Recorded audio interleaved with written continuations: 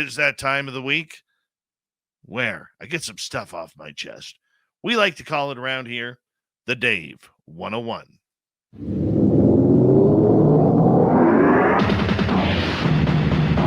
It's time for Dave 101. Open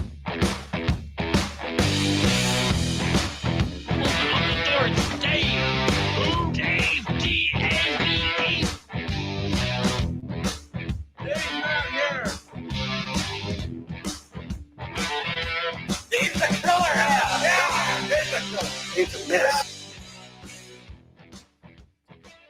You know, it's summertime now in full force, and the weather getting nice, and it's getting cozy outside to the point where you're looking for something to do. Why not go cryptid hunting? I'm serious about this. Go look for ghosts. Get out in your town and literally enjoy the fascination of the mysteries that it holds. You see, every town or city has their little stories. And it's those stories that nobody really wants to talk about. And it's those stories that will eventually die off where nobody remembers what they are, except for the few keen minds that will eventually dig them up in a library or at a town hall.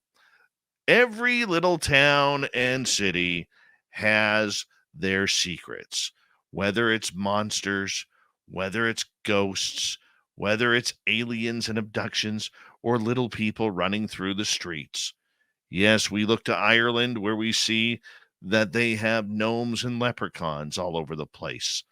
And they even structure their highway system and roads to make sure that the leprechauns are happy. We see that in Ireland as well. In Iceland as well. In Canada, there are hundreds of stories of places that have ghosts, that have monsters patrolling the streets at night. What are they? Who are they? In the United States, it's much the same way. Once you get out of the catacombs of the cities, big towers, then you are left with the secrets that deserve to be investigated. You know, even in the big cities, it's deserved. You know, you look at New York City where apparently they have alligators and crocodiles underneath in the tunnels. Wouldn't that be cool? The Florida panther, another one. What is ripping the heads off of people in the Nahanni Valley in the Northwest Territories? See, there are mysteries abound.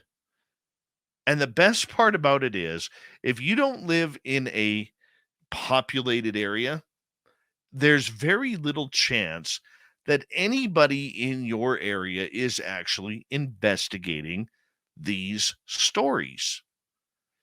Why not let it be you? If it's something that interests you, if it's something that catches your interest on a topic that you love, why not go for it? You see, the reason why I'm getting excited about this is for a couple of different reasons.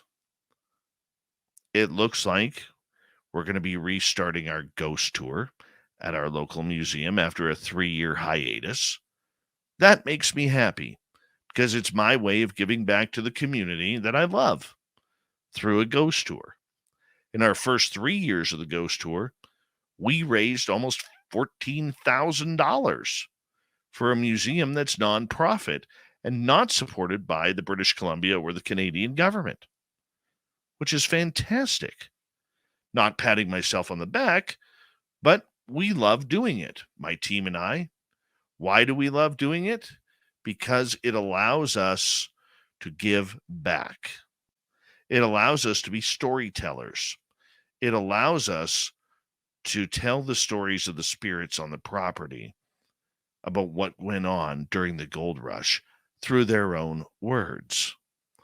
The forests around here, as with many forests around North America, gives way to certain cryptids, whether it's Bigfoot, Dogman, Puckwedgies, little people, gnomes, forest dwellers. They are everywhere. They live in your parks. They live in your forests. They live in the mountains that you see when you start driving and see the view. Why not go up there and test yourself to see if it's worth investigating? Sea monsters abound, whether it's Ogopogo in Okanagan Lake or Lake Winnipeg's sea monster to Champ in Lake Champlain and many others in between. There are legends out there to go for. So why not let it be you, where you can enjoy the fun and allow yourself the opportunity to maybe have the encounter of a lifetime? Oh, sure, there is a lot to learn. You not only have to learn about the creatures, but more importantly, you have to learn about the safety of your area first. For instance, I know very little about water safety outside of wearing a life jacket. I'm not a diver. I don't like salt water because that means that Jaws is around somewhere. It also means that I'm not going to be investigating any type of sea creatures. No, not this guy. But put me on a logging road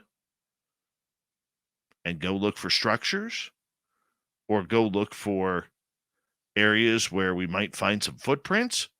Oh, I'm all in.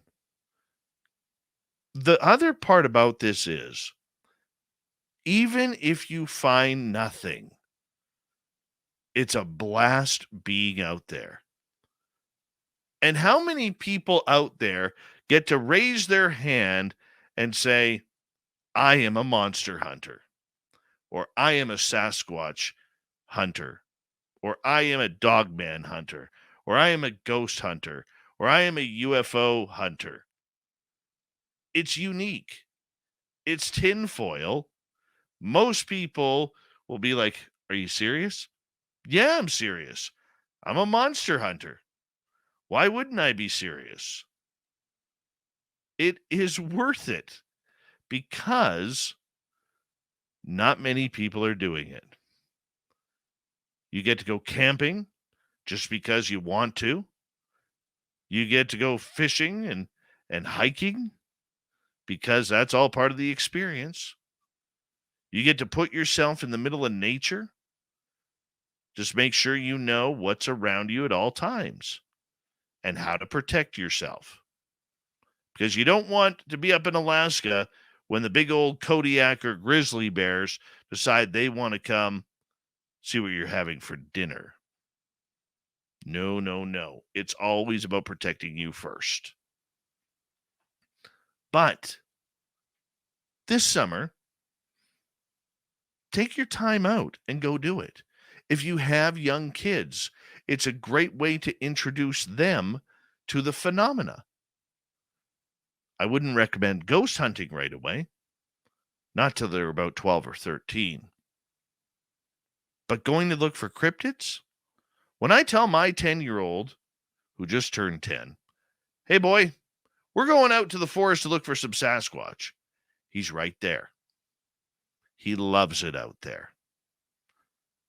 And he's seen one. He saw the one with us last year. And it's a cool it's a cool explanation to say, hey, told you they were real. It's educating to be out there. Going out looking for Sasquatch has taught my son, as well as myself, all sorts of things about nature. What time do the mosquitoes come out? When are we allowed to build a fire? How do you build a fire? How do you put out a fire? How do you stay warm if you forget a jacket? How do you get clean if you're dirty? What do different animals' scat look like? What's the difference between bear and moose? What's the difference between moose and wolf? What's the difference between wolf and deer? The list goes on and on. So if you're thinking about it and it's something that is like on your mind and you're not sure whether or not you want to actually do it, my suggestion is this: go do it. You don't have to do it every weekend, but you, out of all people, just like me, may be that one person who gets that video, who gets that image, who gets that headshot of something really, really cool to have an experience of a lifetime. That's what the chase is all about. The chances of you getting hurt are slim unless you do something silly. Like if you start hearing voices in the middle of the forest and they're saying, help me, come in here. I need your help. Probably best not to go in. Just saying. The little people take you down to Middle Earth and you'll never be seen again. If you have a bear chasing you in the forest, do you know what to do? Never try to outrun them. That's the first mistake. Especially if you're chunky like me. Yeah, that'll never work. But the point that I'm getting is this, as I say that again. You have a great time and a great chance to go and investigate your area. Whether it's buildings, whether it's parks, museums, places that you have never been before. Take advantage of that. Because the one thing that I have learned through all this is the phenomena is everywhere. And that's a beautiful thing. And with the phenomena being everywhere, you are able to literally enjoy yourself as a hunter. Why not? You may just do some good. You may go to your museum and say, look, I want to start a ghost tour here and raise money for you. Every museum needs money. So go for it. Go have some fun.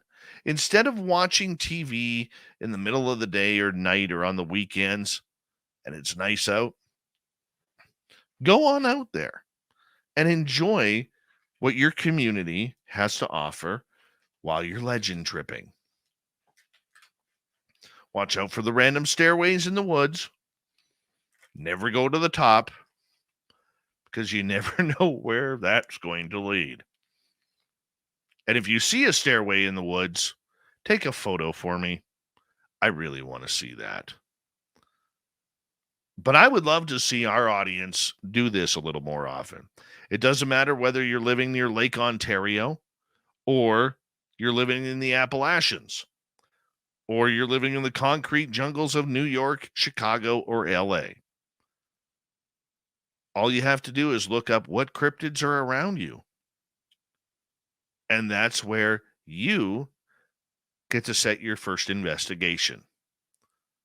Always take a first aid kit. Always wear proper shoes.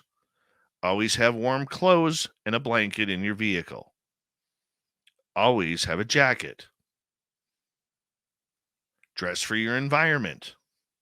Let somebody know where you're going. If you have nobody in your town that you know of, call the local police station.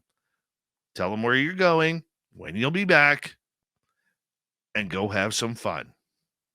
Because there's nothing better than being out in the forests and then getting that little creepy feeling that you're being watched while the rest of nature goes silent. And that is your Dave 101 for this week. Go have fun. Go enjoy the experience. It's well worth it.